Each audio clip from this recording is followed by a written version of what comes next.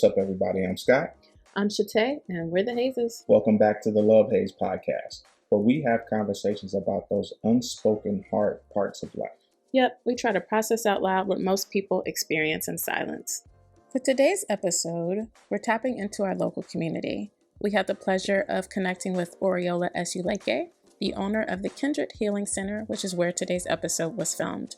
She's also the owner of AHA Consulting LLC and principal owner of the first Black-owned and operated social media wellness platform, the AHA Wellness Community. Oriola is a curator of holistic, culturally sacred self-healing spaces, and we're really excited to share with you the conversation we had with her about healing from the inside out. That's right. Welcome back to our Black Love Journey. Let's get into it. Mrs. Hayes, how did we get here? To this conversation, to this place. And to the Kindred Healing Center. Yes, well, first of all, Ms. Oriola, thank you so much for joining us. We are so excited about this conversation. Yeah. So I have been, I don't know if you call me a patient or a client of the Point of Health Wellness Center down the hall there for maybe nearly a year now. And I'm a firm believer in acupuncture.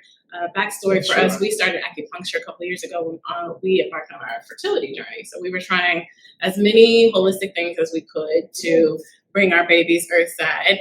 And we paused because it's an overwhelming journey to be on. And I picked it back up because I noticed so many benefits in my body. Like digestion was regular all of a sudden. My PMS symptoms were almost completely gone. I remember the acupuncturist, the first one that I started with, was telling me that we shouldn't actually, sorry that it's graphic, but bleed as heavy as we do, and we shouldn't have the cramps as heavy as we do, and we've just come to accept it.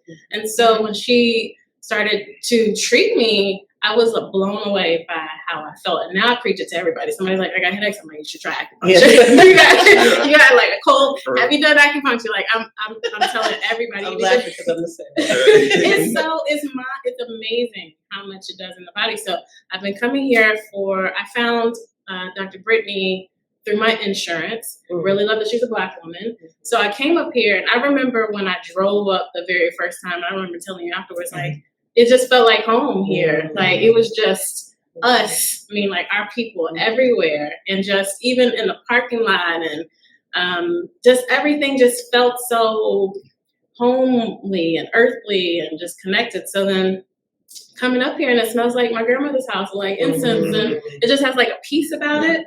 And so I always had it in my mind to be like, we've got to talk about this on our podcast some type of way. Yeah. And then fast forward maybe like 9 months, and I finally am not like rushing in and out of acupuncture. And I was like, let me walk down the hall a little bit, because for the longest, I only went to my appointment and then out of the building. I never kind of traveled down the hall. So this one day I had time that day, and I was like, let me see what else is down here. And you happen to be in the space. And I was like, well, I've always wanted to have the center on our podcast. And then when we spoke, and you were talking about how things show up in our bodies that, aren't, the root of them aren't necessarily physical. There's something else. I was like, now we have to have you on. We have to talk about it. So that is how we got here. Again, thank you for being here. And I can't wait to share the center with our audience and your story with our audience. So if you could start us off with how you got started, like how did the Kindred Center, Healing Center, like manifest? How did it even become a thing? First of all, I want to say thank you to this. You guys are a beautiful couple. Thank you. And I love just everything that you're putting together here. The Kindred Healing Center has been a journey. I started working on myself probably 20 plus years ago. And like you, I had so many amazing awarenesses pop up about myself that I wanted to really share it with other people.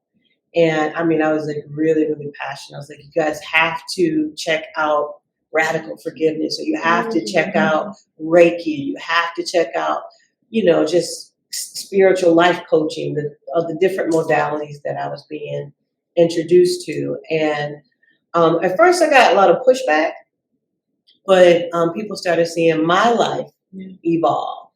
And then people were asking, so how can I do some of that, or do some of this with me, or share some of this? And I've always been passionate about sharing and bringing other people into the fold, but then I had to figure out how to do it formally, how to do it without it overwhelming me first and foremost. And that started off with me going into different communities and curating sacred healing spaces and bringing in people that I knew that did the work. Many, probably 95% of them I had worked through, because I'm a big proponent of that, introducing my folks to folks that I know work. And the rest is kind of history. I guess what really cracked it open, though, is in 1997, 96, 97, I suffered a really bad ectopic pregnancy. And it put me in the hospital. And I ended up re-injuring myself after having a C-section, or it wasn't technically a C-section, but they cut me like I was a C-section. And then I went back to work. And my mom begged me not to go back to work so quick, but I was like, I got a mortgage, I got to go to work. And I reopened, ripped it open, and it put me on bed rest for 8 months. And I went into a severe depression. I had all these bills piling up with my kid. I had one son at the time. And it was just, it was overwhelming. And what pulled me out of it is an old Army buddy of mine who was in another country, but couldn't get through to me because I was depressed. I wasn't answering the phone. I wasn't answering the door. Didn't want to be bothered. So she had somebody come bang, almost knock my door down, and practically kidnap me and take me to the Essence Music Festival. Because this particular person was from New Orleans. And I went kicking and screaming, didn't want to go. We did the empowerment conference, or a portion of the festival, and my life has not been the same since. I got a chance to meet Iyanla Vanzant and many, many, many powerful people who were there, who poured into the audience, and it was life-changing for me. So shortly after that, after reading many of Iyanla's books, I decided I was ready to go to her institute. And so I studied, it's been about 20 years now, actually 20 years this year, directly under her. And what she teaches is to work on ourselves, how to be our own best medicine, right? And that was a game changer for me. Once I learned how I could work, how I could figure out my things, how I could forgive things, how I could hold myself accountable for things, how I could be more compassionate to myself first so that I could pour that love out to others. That changed me tremendously. And then my life started changing. I got married and, I had another child and all kinds of different things started happening. So. That was the beginning. I love that so much. That you said a mouthful. Yeah. I mean, in terms of our relationship with ourselves, that's the root of everything. Even as an adult, we talk a lot about in therapy how we've had to process through things, unlearn things, learn how to forgive ourselves, learn how to love past versions of ourselves. Just like how all of that really shows up in your life today is absolutely incredible. Yeah, one of the things that really stuck with me was learning how to heal from the inside out. And so much of how I grew up understanding was you do for other people. And that is the good that you put into the world, right? And we don't learn really how to care for ourselves first and to forgive ourselves and to be, like you said, our own best medicine.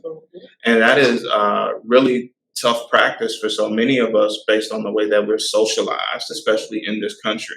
Yes. And the hardest part of the internal work that I've done has been learning to be that for myself, to be gracious with myself before I can give grace to other people, that kind of thing. So I really, really, really resonate with that part of it. Yeah. So we have a heart for our community, Black community specifically. We talk a lot about racial trauma. We talk about things that how we were brought up in this place in America, and all of the things that sort of keep us oppressed or stuck, or I don't know. Stuck is probably just the best word. It is stagnant, stuck. just resistant, not really understanding how to move through energetically, shift things in our minds and in our bodies and our experiences energetically. Yeah. And I promise you that's the magic. When we learn how to do those things, we become majestic because there is nothing that you can't accomplish for yourself. Yeah. When you understand how to move and shift, release, forgive, accept, acknowledge your own stuff. That's beautiful. It's reminding me of this quote I saw somewhere, and then I put it on my computer. So she's an alchemist. I can apply to men too, because I know what you're going to say. She's an alchemist, skilled in turning her blockers into blessings. And there's something about alchemy. I love that book, The Alchemist. Me too. That is just such a really good story. I'm a spiritual alchemist. Yes, I love that. I love that. So can you say more about, what your thoughts are on the Black community and like how we're stuck? I mean, you must have strong thoughts on it to build Kindred Healing Center. So can you say more about that? Yeah, it's very intentional. And creating a space for our community, because our needs, although we're human and they are general, they are absolutely specific. We have, as African Americans in this country, a lineage of trauma that is resonant in our DNA. And you might have had a great life, right? But that doesn't stop you from being triggered or experiencing things that's been going on for over 400 years in this country. And so everybody has something going on in our community, whether they voice it or not. And having a place to come in private or publicly is sacred. This is like a sacred sanctuary. And we heal GEDs and PhDs. We got the gamut, because not everybody is willing to accept that that trauma is permeating just because we exist. Not everybody is willing to accept that we exist so that we can come and heal the trauma, right? We are doing the work of the ancestors. We are doing the work for our lineage. I now have grandchildren. And the Kindred Healing Center is a space that people like me can come so that the things that brought I'm 53. So these past 53 years, I've experienced quite a lot of things. I had a very traumatic childhood. And I don't desire that for my grandchildren's childhood, or even I'm grateful that my children didn't have to go through a lot of it. But at the end of the day, I recognize that I am a conduit for the possibility of change. Oh, wait. You got to say that again, please. Yeah, we ask the spirit. A conduit for the spirit of change. Did you say that? Or a version of that? A version of that. Yes. A conduit for change in the sense that when I work on me and I heal the things that are coming up for me, then I'm actually changing the trajectory of what my children and my grandchildren then therefore take in. We are so aligned with repeating. I like to tell this really corny joke called the hawk in the ham. Have you guys heard that? No. So there's this young couple, they just got married, they bought a house, they're in their professions good, and they're hosting the holiday dinner at their new home. And the mother of the bride or the wife is in the kitchen, and she's kind of the wife is fussing at the husband because he's making a ham and he's cutting the hawk off. And they're like, why are you cutting the hawk off? And it's like, don't nobody cook like that. And the moral of the story is, why are you cutting the hawk off? She couldn't tell him why. She ended up saying to her mother, who then said, because of her grandmother, her mother, she don't know why they used to do it. And then the grandmother comes in the room and said, we did it because the pans were too small. So here you got 3 generations cooking a certain kind of way, thinking that that's the only way or the way to do it. And it's really just because that's the way they saw it. And that's the way it was passed down. So when you do your own work and you do something different and the family begins to see something different, you change the way things are passed down. That's what self-work is all about. It's about not always knowing why we think the way we think, why we eat the way we eat, why we react the way we react, A big lesson for me was in my community, in our community, when you turn 18, you grown. It's time to go. Like, what you waiting on? Like, I walked my daughter out of high school and 2 weeks later into college, like, good luck. Right, you done. But then I had a mentor come to me and say, no, other cultures don't really do that. They allow their young people to come into their own. And some are quicker, some are late bloomers, but you don't want to just throw them out there and thrust them in the world because not everybody is ready for that. And so I've been able to change the trajectory of that in my family by allowing my kids to take as much time as they need to prepare themselves for the world, to get themselves ready in the world, and so that they're comfortable out in the world.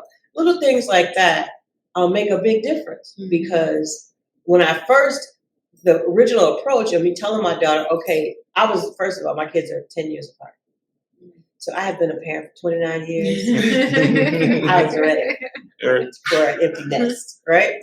But my daughter developed a huge level of anxiety in her first year of college. And once I started to investigate it, I learned there was an epidemic. Colleges are riddled with young people who really are prematurely placed in spaces on their own to experience it. So I was like, I got to do something different now that I got these grandchildren. So we've been having a lot of conversations in our families about doing what we need, what is authentic to our needs, and being able to cater to them versus just doing the traditional because my mama, my grandmama, and them did this. And it's causing us grief. It's making our cholesterol higher, our sugar higher, our blood pressure higher, our anxiety high. Finding balance by just aligning with what works now, for us. And being amazed at how that changes us to be better parents and siblings and friends and relatives to each other because we're working in something that works for us versus what has culturally or societally been the theme. Right. And a lot of times we don't recognize those themes coming out of the trauma, of slavery and being captured and told what to do versus being able to do what you allowed to do or desire to do. And generation after generation, that kind of lifestyle being passed down. So we're in a very important time, I believe, in history, where that trajectory has the opportunity to really do a 180 in our favor. And that's why I have the Kindred Healing Center, because the only way we can embrace that is through consciousness by saying, okay, I'm ready to do something different. This really ain't working for me. I really don't feel good. I'm tired of being lethargic or stuck or stunted. I really have dreams that if I'm honest with myself, I don't believe I can accomplish. And sometimes that's as simple as a good detox. To cleanse you out, get you clear, realign you, but if we're not admitting or accepting or acknowledging that we're stuck, then we stay stuck. One of the things about that for me, and one of the reasons why I love the work that you're doing here, because Shatay and I are also trying to build community, and just this idea that I think the podcast itself was birthed out of the fact, like, there were so many people that were just kind of going along to get along. People operated and were functional, but didn't really have a good idea of what was happening in their lives, really weren't tied to it, but they saw other people show up in that way. So, I am just passionate about having conversation, having a community where people can feel like they belong, and being able to have some of these conversations and do some of this work that people really haven't been doing, and having and cultivating spaces where we can do so in community, because then people don't feel alone about doing something different, right? People don't feel alone when they are tapping into understanding that I don't really have answers, right? I've been told that this is what I'm supposed to do, but I feel like I'm failing miserably at it, right? When I was going through a divorce, I didn't know my parents had been unhappy in their marriage. You know, they never told me that until I was getting ready to sign the papers. You know, and then I started talking to friends who were also like unhappy and just were operating from this place of trauma, operating in their sickness because they felt like that's what I'm supposed to do. My mom and them was married 35 years, 60 years, and they ain't even really speaking to each other. Right. Don't like each other. Don't sleep in the same room. None of those things, and but placing value on being there. Honoring that we grow as individuals, and sometimes we grow up and we branch out. And it's not a negative, you know, if you're in alignment with where you're supposed to be in yourself. That's another thing. I'm glad you mentioned that. That kind of brought me into this, because I got divorced about 13 years ago, and I didn't have any first of all, I had married my best friend, man, that you couldn't have paid me $1 million to believe that we were not going to be together for the rest of our lives. And so when it came time for us when we found ourselves in that situation where we're at this fork in the road, and he wanted to go this way, I want to go that way, and we decided to honor that. There were no examples around us where it didn't have to be angry and bitter and, you know, spite-filled and all that. So I created a whole movement around, listen, when you love yourself and you begin to pour in your own self-love, there is no reason to be bitter. You can honor and accept your choices. And that's what we were choosing. So he and I are still very good friends to this day, you know, and had a seamless divorce because we were in a healthy space, mentally and emotionally, you know. And so all that is important, because if I had $1 for every time I heard what people are repeating as it relates to what they saw growing up or what they've been exposed to and experiencing, I'd probably be rich. And not all of it is good. And that's because of evolution. You know, we went from being encaged to prayers being answered for liberation and freedom. So we're much more freer than our great-grandparents were, right? Like my great-great-grandfather was a sharecropper down in South Georgia, and he didn't have the freedoms that I had, but he still made a great life for himself. And when he made it, because he was breaking some rules and following his own tenor. The same happens today for me. You know, I have to figure it out for ways that work the best for me to feel good, to be able to just take a real deep dive into what makes me not feel good, and allow myself to be healed as I move forward, and being able to enjoy. Like I'm in the best place in my life that I've ever been, because I get to really totally enjoy what I do. This isn't like a job or work for me. This is a calling and passion for me. And I was able to design it for me. So I get to come in here and have my own services and take care of myself too. In the same way that I allow other people to do it. And when we become more conscious of living in that manner, it becomes less about the job, the salary, the notoriety, the credit, the credentials, and, you know, more about the heart and soul of what honors me. You know, I feel like you're really ushering us into the next part of what we kind of want to talk about, with like what is the haze or some of the challenges. And right before we get to that, I want to like tap in on one of the things that you said, like going through a divorce, like it almost feels like somebody has to be the villain, right? And we're according to society. And one of the things that's been so healing for me in my journey, just in life, is like releasing myself from good or bad, tapping more into like what feels good, what feels right, what is aligned with my spirit, you know. And those things, those societal norms that we hold on to, that says this thing is good, this thing is bad, and not that I have this liberation, I have this freedom to make my choice. And also to, if I make that choice, if it ends up not being a great choice for me, then I have the freedom to make a different choice. That's right. Right. And to take a lesson from that and move on. And I guess the next question that we really have for you is like, what are some of the challenges with that? Yeah.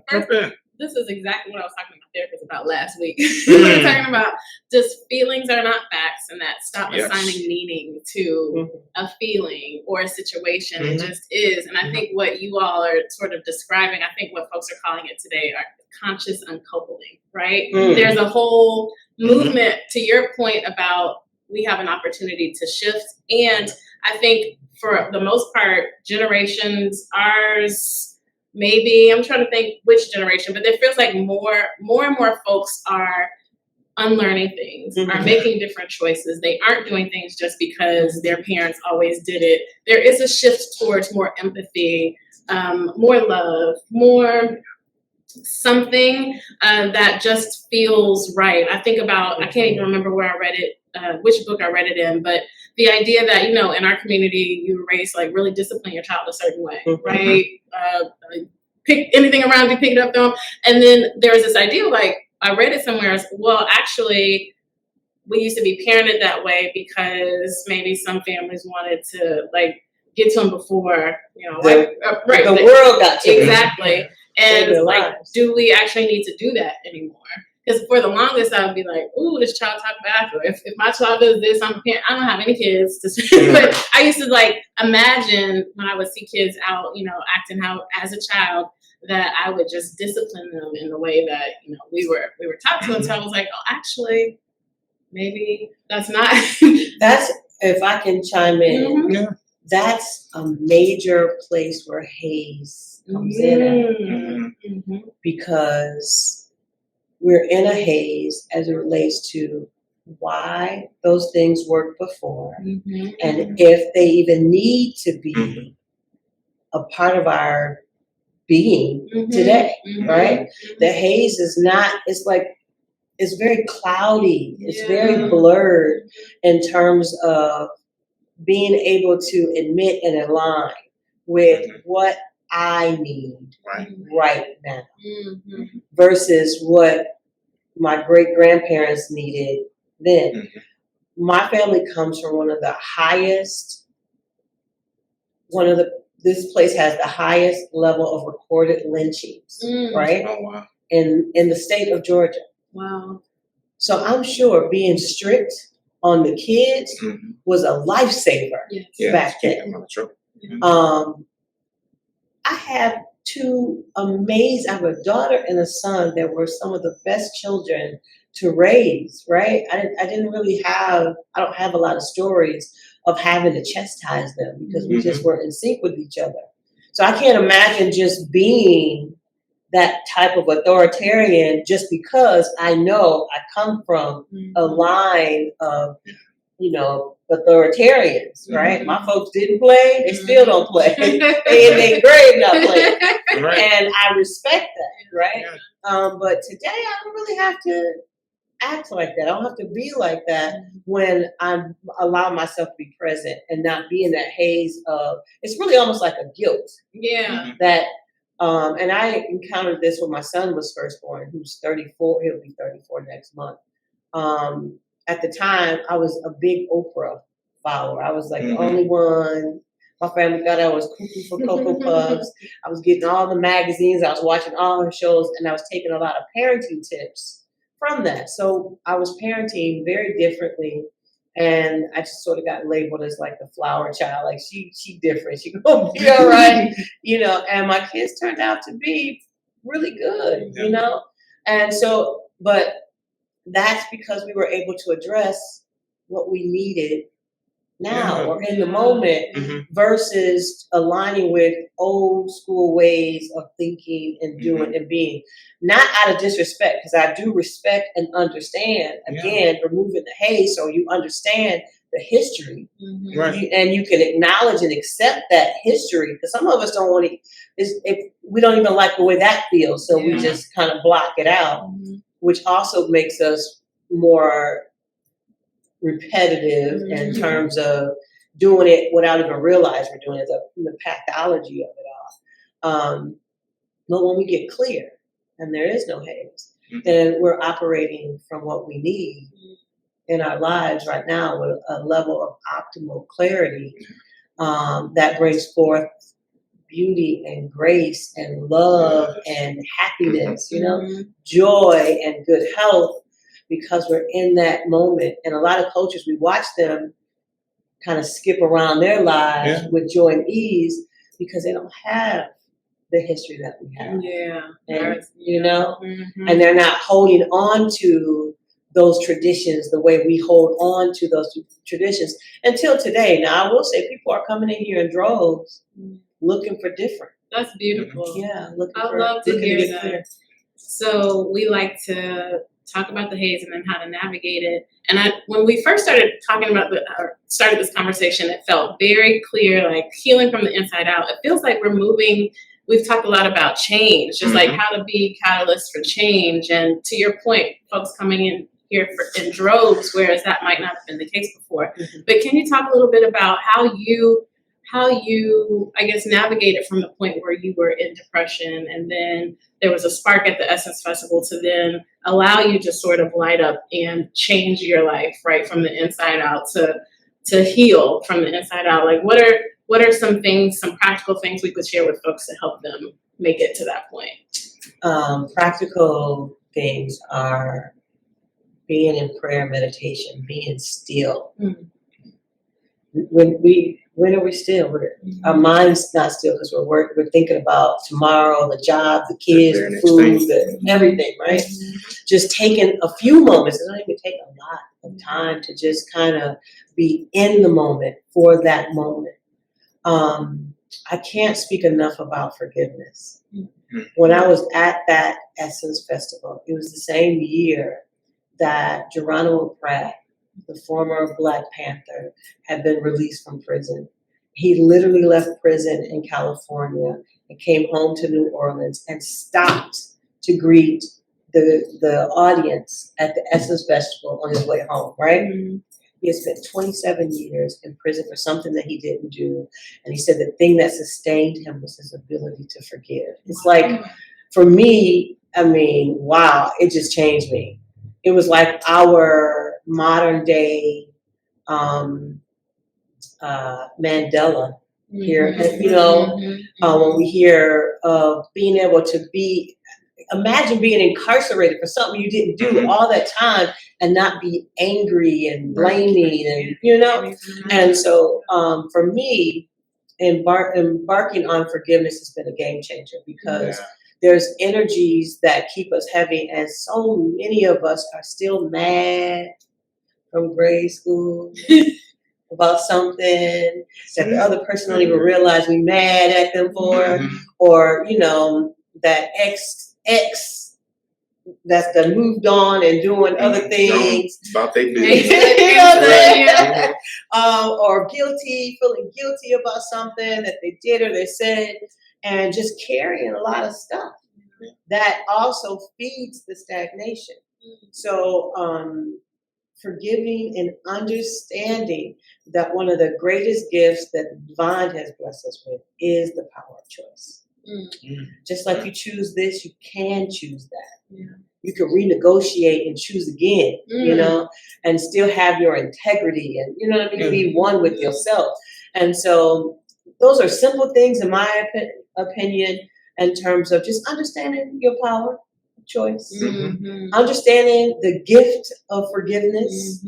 Iyanla says, for not forgiveness, like drinking poison and expecting the other person to die. You deep, right? That is deep. I have a radical forgiveness coach named Kim Kennedy who says it's like looking in the mirror, your lipstick is smeared and trying to wipe the mirror and clean it up. It's like you gotta deal with yourself, right? It's all forgiveness is for self. And then just loving yourself enough to desire to be in tune with yourself. Because we hear this. The divine is always talking to us. Our heart is always connected to what we're doing, even when we're completely shut down.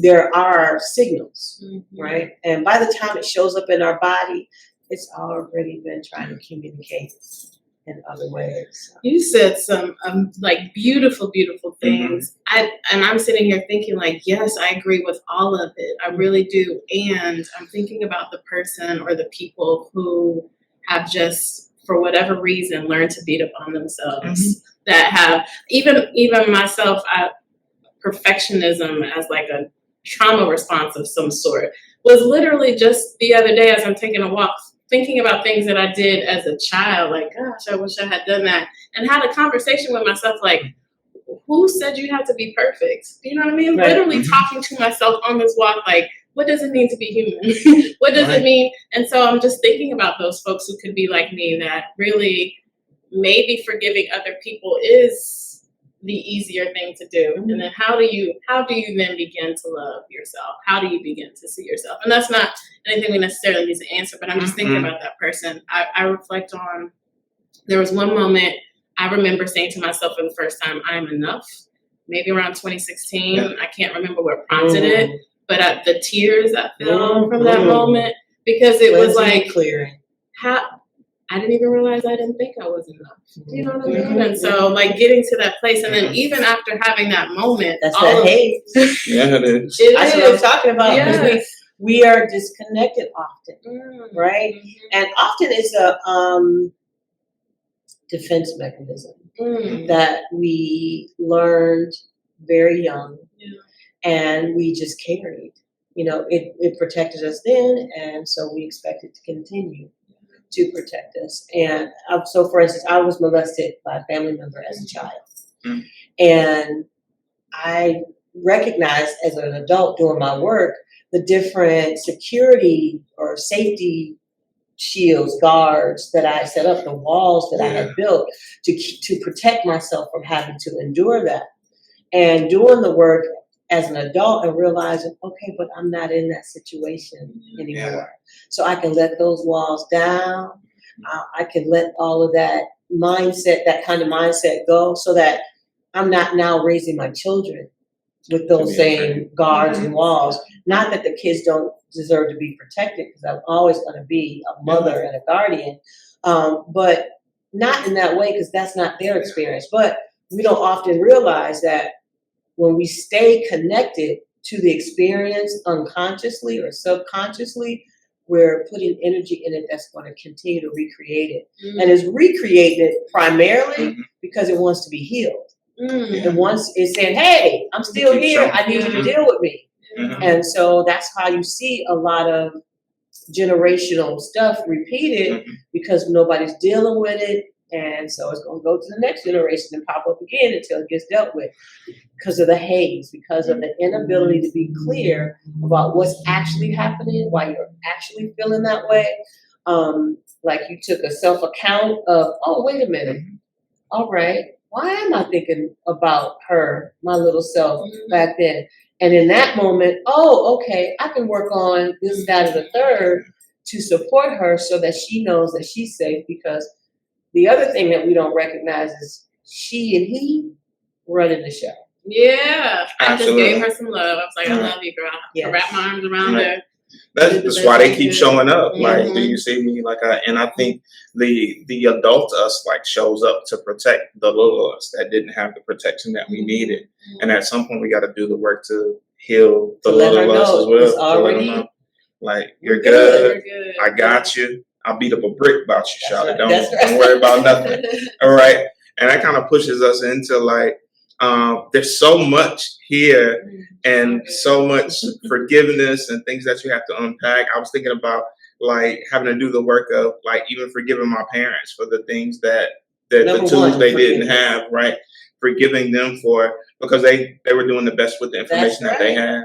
My mom, even in being scared about everything now and always tells me the bad stuff. That is her protection, right? And I'm still learning that about her and learning to love her even through that and try to show her a different way. I guess, what would you say is the biggest lesson that you've learned from doing this work? That the more I love me, the more I am loved. The more I can receive love. My God. You know? Today. And that giving and receiving are the same. It's the same. As I give, I receive. Because I'm giving, that's something that we haven't balanced because we haven't connected the two. We identify people either as a giver or a receiver. But as I give, I am receiving. As I receive, I'm giving, you know, because there's something that person, reason why they're giving to me, it's giving them something, right? And the same thing happens as I'm giving to others, it's giving me something. The karmic bank is filling as a result of either action. And so once I got that, my life has shifted into a beautiful space. Amen. It's a very wealthy consciousness. Yeah. And so my name, Oriola, actually means wealthy mind or wealthy Ori. And I was able to receive that as a name once I got that understanding. So that would be the largest one for me. That, you know, because sometimes we guard giving because we don't want to feel used. We don't want to, and it's hard for us to receive because we don't want to feel used and we don't want to be taken advantage of and stuff. But once I shifted my perspective on just how divine it is to give and receive sincerely, genuinely, you know, what I can out of love without expectation of any attachments. My whole life opened up, honestly. Sean, let me come up there. Right. Got to sit with that for a minute. And therapy is the space that I worked out. Therapy, life coaching. And then all the different modalities, the Reiki, which is a chakra energy, you know, realignment or alignment process. All these, I love holistic modalities because they speak to different aspects of my being, different issues that I am traveling through and I'm learning from and things of that nature. So. And we have to honor our whole selves. Yeah, we like to say God in therapy, God in therapy. Like, oh, yeah. You know what I mean? That should be a t-shirt. Yeah, we're working on it. Okay. Right, we got the design. Right, in our inbox right now. So then our very last question, I mean, this has just been such a tank-filling conversation. Last question, we love music. And there are lyrics and soundtracks for every experience in life. Do you have a song that this conversation feels like for you? I Am Light. India, yes. Come on, India. Yes, that's a good one. Yeah, I love it. I just felt it. Yeah, I Am Light. And, you know, with the intention to beam light onto others and allow others to beam their lights onto others. And we just be beaming. We just beaming around here. But I Am Light. I love that. I have one. Do you have one? I don't know if I have one either. So I immediately, even when we were just preparing for this conversation, immediately, I didn't have a song, but I was like, we're going to Kindred Healing Center. It's got to be Kindred, the Family Soul. And so I was playing, even on the way here, I was like, which song is it? I think I'm landing on Where Would I Be? Just in terms of, like, where would I be if I did not tap into myself? Where would I be if I did not love myself? Where would I be if we didn't have spaces like this? Where would I be, right, if I did not trust myself to go on this journey of healing and all those things? So I think we're definitely, we've got a playlist and we have I Am Light on there. So we're going to double tap that and then add Kindred the Family Soul. I'm riding with you. It belongs to me. Perfect. So, where would I be? Well, then we're going to wrap this conversation up. This has been incredible conversation. If you made it to this point in the conversation, then you must like it. So go ahead and like, follow, subscribe. Yes. Please share it with a friend. And like we always say, life will always, always, always present you with a haze, but you have everything that you need within you to navigate through it. Yes, absolutely. Yes. And you're not alone. Mm-hmm. We appreciate you joining us this time. We hope you join us next time. We're going to take the journey together. We appreciate y'all. Yeah, and when you're in Atlanta, come on down to the Kindred Healing Center. Where we do a lot of group work, Yes. and we have fun doing it, because it don't have to be hard. We can come together and do what we do. You know, melanated people put magic on everything. Yes, we do. Right, Run it up. right. So check the descriptions in our show notes to be linked to Miss Oriola and the Kindred Healing Center, and we'll see you on the next one. All right, y'all. Peace. Why'd you take so long to come to me? Oh, baby.